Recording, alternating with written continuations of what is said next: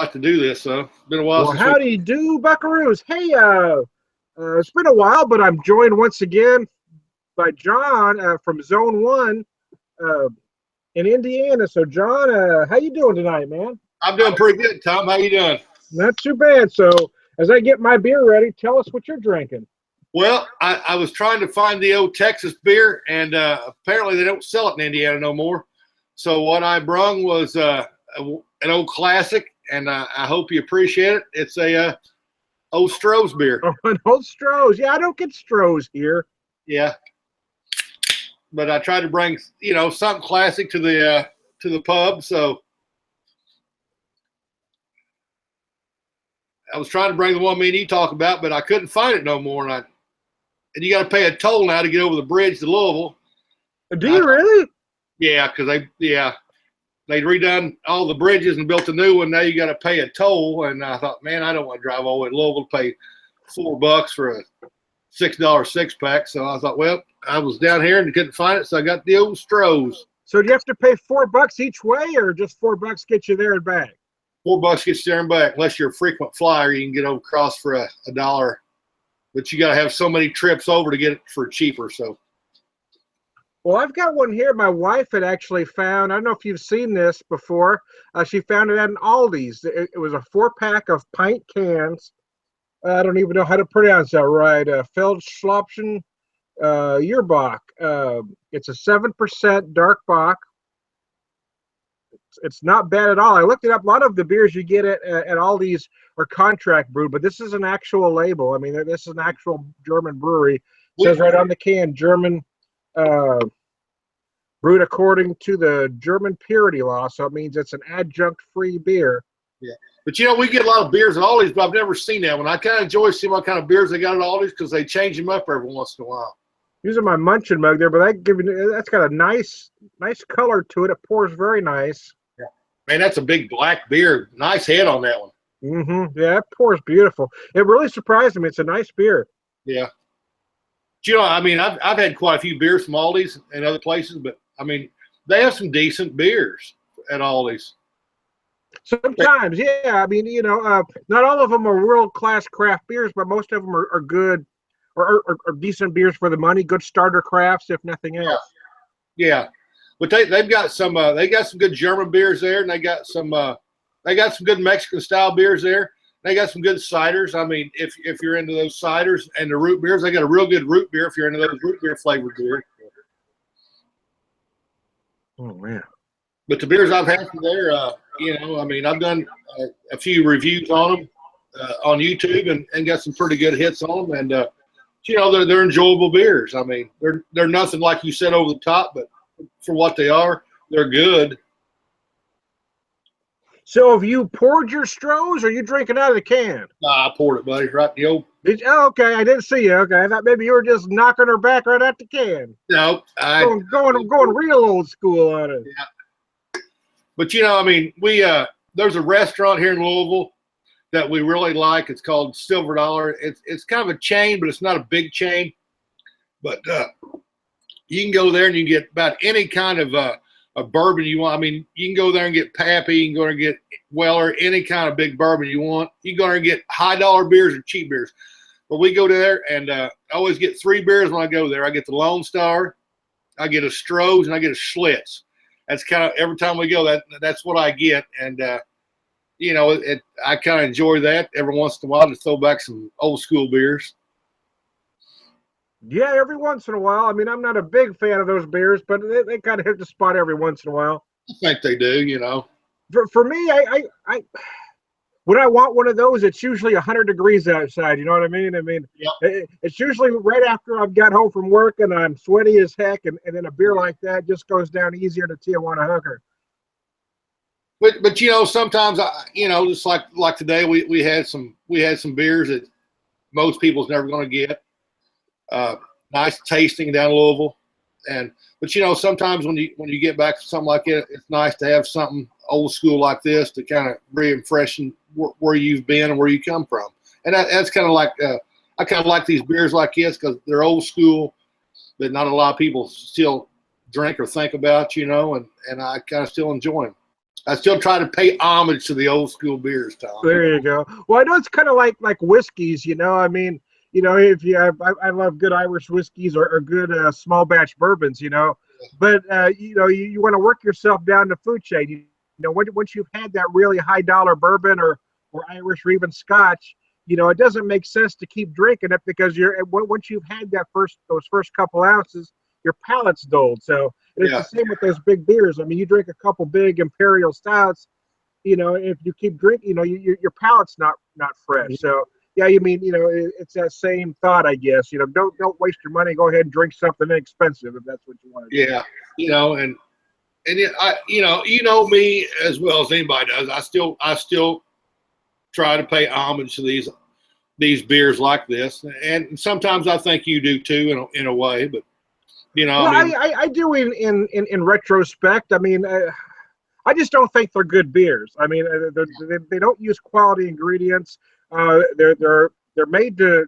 I mean, they're made to be brewed cheaply and sold cheaply. yeah, So, but the thing is, what we're buying for these products now aren't the same thing that our parents bought in the 60s. no, and they're not. So, but yeah, I mean, you know, I mean, every time I see an Olympia, I'm gonna buy it, even though I know it's not the same beer because it's a, you know, it just means something to me. The same with Grain Belt. Those are the two classic brands that mean something to me. Yeah, And I don't have an issue. I've never bagged on people for drinking these beers. My issue is some people want to convince you they're quality beers. They're not quality beers. I mean, I don't care if you like Vienna sausages or not, but don't tell me it's a quality meat product. You know what I'm saying? Yeah, but you know, I mean, these aren't what we drank back in the day. No. You know, and you know, the thing about it is though, I mean, the beers that we drank like this back in the day, there's no way you could brew them like that now because the brewing process has changed so much that it's just not there like it was back in the day that, you know, back in the 80s and early 90s that you're having now. Well, I mean, at some point it became more about profit than quality, and they kept adding cheaper ingredients. At one time, an all malt beer, then they started adding cheaper ingredients, and it typically started with rice. I remember seeing an old Oli can, and if you find a very old one, I don't know, I think in the 60s, but we used to have some that said right on it, barley malt, hops, water, and yeast. And then a few years later, it just said malt, hops, water, and yeast. It didn't. Yeah, I've got quite a few old cans here that you know that says the same thing. I mean, and you can look at your old cans compared to the cans today, and even the old bottles compared to the cans today. I mean, the ingredients are totally different from what they was back then to what they are today. And I personally think every beer, even craft beers, every beer should have an ingredients label on it. I want to know what everybody's putting in the stuff. Yeah, exactly, and it should be on the label. Yeah, I agree. Yeah, there are some that are concerned about dates. Yeah, I don't worry about dates as much as some. I'm more concerned about ingredients. I want to know what's going into the thing. Yeah, you know, and I know a lot of people care about born on dates and goodbye dates. And, you know, I've drank a lot of old beers, and I think you have too. I have, yeah. When you sell them, you forget about them because I watched your review where you forgot about the beer and stuff. But, you know, I mean, I don't think that the beers, some of them's not going to go bad. Some of them might lose a little volume. But overall, they're not going to be bad. But, you know, I want to know what's in this beer. I don't, you know.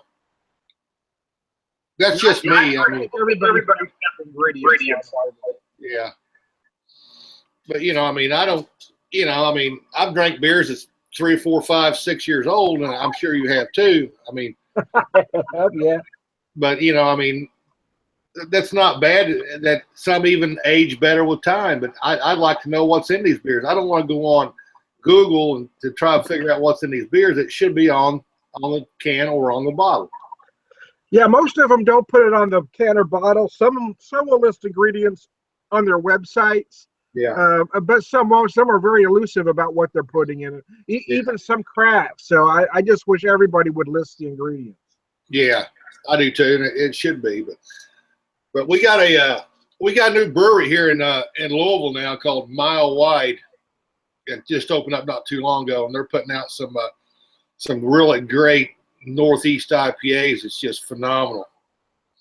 And, you know, they're not the Stones or the Rogues or all this other stuff. To me, I mean, they're real good, rock solid Northeast IPAs. They're putting out like Trillions and Treehouse IPAs like that.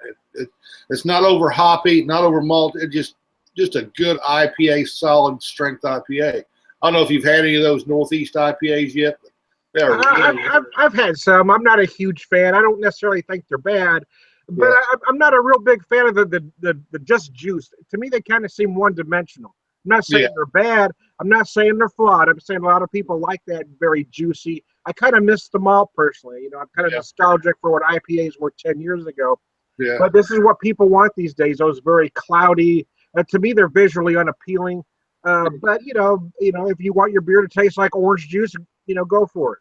Yeah, and that's kind of the growing trend right now. Is as you see as well as I do. I mean, the craft beer world changes on a weekly, monthly, almost like a daily basis anymore. It's just, somebody comes out with something that's just over the top, and that's what everybody else trends to.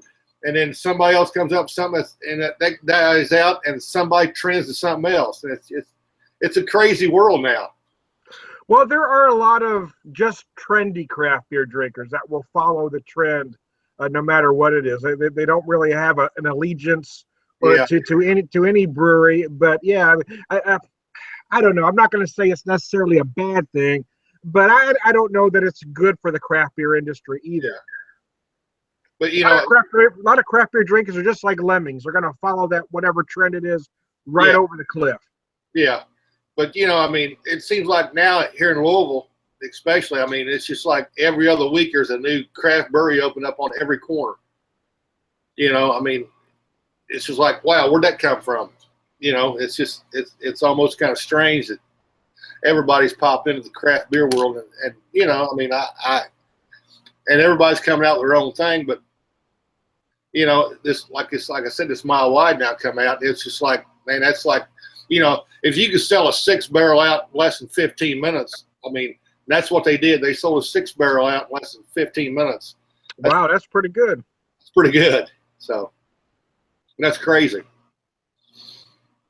But they're coming out with those trendy beers like the Northeastern IPAs that everybody's flocking to right now. So, and that's what everybody wants. Everybody wants those Northeastern IPAs like Treehouse. Well, I won't say everybody wants. I'm going to say trendy beer drinkers want them. Right. I'm going to say nouveau craft beer drinkers. I think there's a lot of classic craft beer drinkers, guys my age or a little older, that still want a good beer done right. But yeah, I mean, there are those trendy drinkers that will only go after those styles. Last year it was all about the Berliner Weiss or the Goza. I mean, people are selling 4.8% Gozas in 22-ounce bottles for $15. Yeah, I mean, that's ridiculous. Yeah, I'm not going to buy them. But there are those trendy drinkers that just like lemmings will follow that trend right over the cliff. Yeah, and and I got to agree with you a lot of that. I mean, they're following these beers. And I mean, I know a lot of people drink a lot of beers. A lot of people like today. I mean, they're big on those trendy beers, and they're big on other beers. And I respect them for that. And I get to enjoy a few of them. But I mean, at what point is the market going to drop or going to boom or? Well, I don't know. But the problem is, I've been seeing articles about the craft beer industry bottoming out for a decade now. Yeah, I have. And every time you see an article, it's packaged as a new article, but it's that same old article with a few dozen words scrambled around. Yeah, I mean, the bottom line is no, the market can't keep adding craft breweries. Somebody's going to go under. The weak always go under. It's just the way it is. But it's never going to bottom out. It's never going to be like it was before the craft beer boom. We're not going to go back to just a small handful of breweries. That's not going to happen. Will there be a point where we see a lot of them just explode at once and go under? Well, that's definitely possible. But if you're telling me that at some point craft beer is going to die, no, it's not going to happen. I think at some point the trendy craft beer drinkers that we talked about, are going to go to where that next trend is. They're not drinking craft beer because they like it. They're drinking craft beer because they think it makes them cool. Yeah. So when that feeling goes, or when the next trend happens, they're going to go to that, which is going to leave us classic guys with the beer that we've always drank. I don't think craft beer is ever going to go away. I agree with you. I think some of them's going to die because. Well, yeah, I mean, it's just the way it is, man. It's the way it is, yeah. I mean, you get the trendy stuff, and that's what people's going to. They're going to fall back from this, and the people is, and you know, it's just well as anybody. Some people can't keep up with the trends. Some people can, and you're going to fall away, and you're not going to get the business that you got. Yeah, I don't know. To me, that there are. I don't know. If I'm following your logic, you're saying that the craft breweries to be successful have to keep up with the trends. And I really don't think that's true. I think the ones that are going to be successful are the ones that don't need the trends to survive. Yeah, and you're probably right. Yeah. If you're making solid beer, keep making solid beer. Don't try to follow the trend. Like, for instance, I'm going to name one of my favorite craft breweries, Urban Chestnut. What makes Urban Chestnut great is they're making solid styles. They never got into that pound for pound hop IPA fight, but yet they remain successful. They never got into the 100 ingredient beers, and yet they remain successful. And they're doing that because they make solid beer styles. Now, they're crazy over the top, but nobody does what they do better than them. So I think the breweries that are going to be successful are the ones that are going to survive regardless of what the current trend is. But and I know me and you've talked about and argued back and forth many times on this, but how do you feel about the craft breweries that bring out these once a year big beers that maybe you have to wait, maybe you don't have to wait in line for? Well, I've got a different. Yeah, I love them. I love anything barrel aged. I know what you're talking about. But my issue with I'm not talking about Bourbon County. I'm talking about the once a year fallbacks, maybe Hop Slam or some of the Bourbon Counties or some of these. I don't know how you feel about Bourbon County, Tom. Well, yeah. My thought on Bourbon County is I think they could actually, juice dog shit, put it in a Bourbon County bottle, and people will drink it and tell you how wonderful it is just because it says Bourbon County on the label. But if we're talking about just once a year seasonals, for instance, Mother's just came out with their MILF about 3 weeks ago.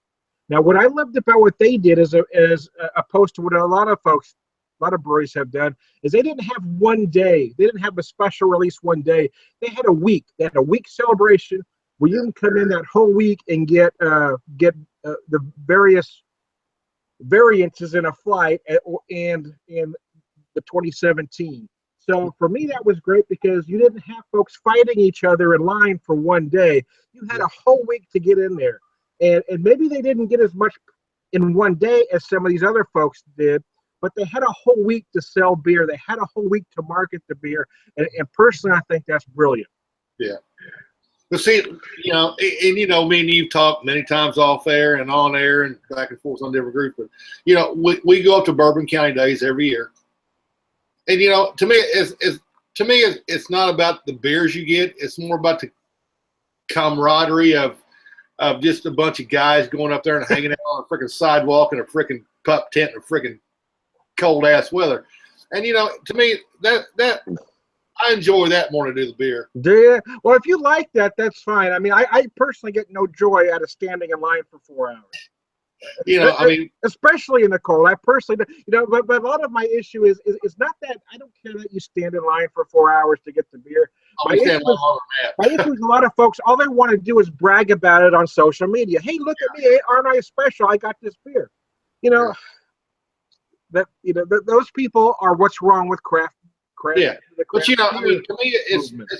me, you don't see a lot of posts from me, but to me, it's about the going up there hanging out with a bunch of buddies on a sidewalk in a freaking pup tent in a freezing cold. Yeah, I mean, 12 or 13, 14 hours. You're saying that like it's a good thing, but I see nothing good from that. But it does not sound appealing whatsoever. It's like my brother-in-law telling me how wonderful it is to sit in a tree stand and shoot a deer. For me, that doesn't sound appealing to me in the least. But hey, if it works for you, it works for you. But there's no way in hell I'm going to stand in line. I mean, they could be giving away. I mean, they could be giving the beer away. I'm not going to stand in line for 5 hours. But to me, it's more of a freaking. it's just a good time to go up there and hang out, to meet Yeah. people, to meet. I mean, we've done some good beer trades. We've met a lot of good people up there, and it's goofy, it's fun. We go up there, we take the whole weekend and we enjoy it. And I mean, we stayed in line for 12, 13 hours for a bunch of stupid ass freaking beers. And then we go back to the motel room, we sleep for a while, and then we go out and enjoy Chicago and drink a bunch of crazy ass beers and go eat.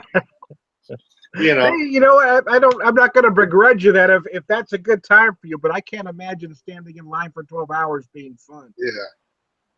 Well, I mean, but after so many years we've gone up there, you get to the first year we went up there, we froze our ass off. We stood there in line because nobody knew what was going on. We just like, rah.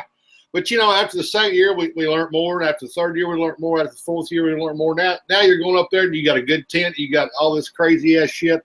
And now you're staying warm for like 12 hours in a freaking pup tent on a sidewalk. But I mean, thing about it is that sounds dumber than shit. No, it just doesn't sound pleasurable to me. But you say it with such enthusiasm. I get it. I get that. I mean, like this year, there's no way in hell I'm ever going to do it. But like this year, went up there to the guy like there was us and another party and one guy by himself. The guy by himself was from Brazil. I walked up there and I told this guy, I said, "Where are you from?" He said, "I'm from Brazil." I said, "Brazil, Indiana?" He goes, "There's a Brazil, Indiana?" He said, "I'm from the country Brazil." So this guy came all the way from Brazil just to get these funny. beers. But I mean, there's people from all over there's people from all over the United States, all over from Canada. I mean, it's just crazy the amount of people that come just for a silly ass Bourbon County bunch of beers. I think at one time, in my opinion, it was a world-class beer, but I think right now it's more hype than substance. I think there are others that I'd rather have. I didn't have this year. I didn't have the 2016. I thought the 2015 was absolutely horrible. It was very sweet. It just did everything wrong, in my opinion. But, it's just overhyped. I think, again, people want to stand in line more about the hype than the substance. And for me, it's about the substance. But to me, it's to me, and I know where you're coming from on this. And like I said, me and you talked more and more on it. But to me, it's not about the hype. It's about the camaraderie of it more than anything. To me, yeah, I get that. I can see that. It's about having fun, going up there and having like 2 or 3 days. It's like a bunch of guys hanging out, drinking beers, and we always go to the hamburger place there that Saturday Night Live made famous. Oh, yeah, I can't remember the name of the place, but yeah. But Billy Goat, the Billy Goat. We always go for Billy Goat. We have hamburgers, Schlitz, off draft, and to me, I mean, I could take or leave the beer, but it's the camaraderie of just going up there and spending 2 or 3 days and having a good time, and to me, that's what it's all about. Hey, if it works for you, I'm not going to begrudge you. I'm just not ever going to do it. I mean, they could have Scarlett Johansson at the end of the line promising a blowjob. I still wouldn't wait 12 hours. I wouldn't wait 12 hours for anything. Oh, shit, Tom. I don't know about that. But yeah, I know where you're coming from. I mean, some people's into it, some people's not into it. But, to me, it's not as much about the beers as it's about the camaraderie, having a good time. Yeah, I see that, but I can't imagine standing in line for 12 hours being a good time. But I'm glad it works for you, man. Yeah, that's all I got to say. And some people work for it, some people don't. There's like last year there was over 2,000 people behind us, so it works for some. Wow, people. That's crazy. Yeah. Yeah, I mean, that's one thing I liked about the way Mothers did it this year. I mean, they had a week-long deal. They started advertising it a couple weeks ahead of time. They had a week-long thing. You can come in, get a flight of the variances, and then buy up to a case of the 2017 mill. So, I mean, it was just the way they did it was brilliant, in my opinion. That way nobody had to fight over it. You were right there. I mean, there was a line each day, but I mean, it wasn't a 12-hour line. I mean, I got there. I got there right when they opened on a Friday, and I was first in line. At one point, there was a pretty good sized line behind me, but they worked a minute. And before I was done with my variances, they had the line caught up. So is that close to you, Tom? it's about a 10-minute drive. Yeah. So it's not too bad then. No, no. If you guys ever decide to make a pilgrimage, we need to make a trip out there. We've got one place I know you've heard me talk about that I'd love to take you to. It's called Show Me Brewing. It actually started as a home brew shop, but it's even smaller than a nano brewery. It's basically a home brew shop, but they have 12 beers of their own on tap, but they're only brewing 10 gallons at a time. So the stuff that they have is unique to them. You're never going to get this stuff anywhere else. So if I had friends coming in from out of town, I'd take them there because that's the only place we're ever going to try this stuff. And they came out with a black IPA or an India Dark early this year, or actually just before Christmas of last year, I guess, just before Christmas. It was called Sleeping Bear, and it was 10.9%, 101 IBUs. It was freaking amazing. Yeah. See, we got a little brewery like that down here called Cumberland, and they just put out a pineapple IPA that was only they posted. They only post on Instagram, and that's very seldom they post on Instagram. But they only had 5 gallons of it. So I mean that's what they do. They do small batches. I mean they got their flagship beers, which is phenomenal. But I mean every once in a while they'll come out with these oddity beers like 5 gallons or 10 gallons or something, and that's all they do. But they're not out here freaking. I mean they're not here like a lot of these Louisville breweries that are. Every 15 minutes post something on some kind of social media site. Very post. But I mean, they're an oddity place. I mean, but every time you go there, they're packed. It's just they're packed. They got their 4 or 5 great beers, and that's all they do. And every once in a while, they'll throw some kind of oddity in there, and that's it. And, I respect that for a brewery. I respect a brewery's got like 5 or 6 flagships. They're not here social media crazy and all that crap. I mean, they're just what it is. Yeah, you know what? I tell you what, I think social media does a lot for craft beer. It allows a lot of smaller craft beers that can't afford a lot of advertising to reach a large amount of people. So yeah, I mean, Show Me, for instance, I know they do a lot of posting on Facebook because it allows them to do some very inexpensive advertising. Yeah. So I think it is nice. So a lot of these folks can't afford radio or television ads. So having social media really helps get the word out for a very little amount of money. But again, Show Me, basically, it's a home brew shop, but they do have a bar area and they sell beer by the glass. You can also get growlers to take home. But again, the beers that they have, you're only going to find there. Everything they brew is only 10 gallons at a time. There is nothing large. But I mean, social media, and I think maybe you've talked about this off air and on air too. Social media is what's really helped the craft beer industry, I think. Well, yeah, I mean, I can't tell you how many people that I wouldn't have met if it wasn't for Facebook. Yeah. I've had a guy from England come and stay with us, because I met him from Facebook. I've met folks face to face.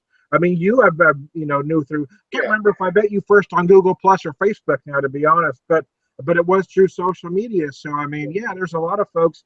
There's a lot of beers or beer trades that I would have never set up. There's a lot of beers I would have never tried if it wasn't for social media. But I mean, social media has got a lot of people together that, and in other terms, we would have never met. Yeah, I mean, that's absolutely true. I mean, I probably wouldn't have met you or Charles or Todd. I certainly wouldn't have met. I mentioned Stuart earlier that came and visited me, and there are several others that I've met that I wouldn't have met if it wasn't for social media. Yeah, I mean, it's been a good thing, But I mean, the craft beer world it's crazy. It's growing. It's changing on a daily basis, and it's going to continue to change. Yeah, I agree. Well, John, as we wrap up this session, you got any words? Or you didn't give us any notes about your beer. Anything you want to say about that No, beer? it's just an old school Stroh's. You know, I mean, it's just. I mean, I enjoy drinking these old beers, and I'll continue drinking, but I'll definitely continue to drink a lot of craft beers too. I mean, you get on Instagram and see what I drank today, and compare that to a Stroh's, it's like night and day. So There you go. there you Well, go. well, I'm Tom the Beer Whisperer. I want to thank John for joining us for this session at the Beer Whisperer Pub. Hey, thanks a lot, John, I and we're appreciate going it. to get off the air here.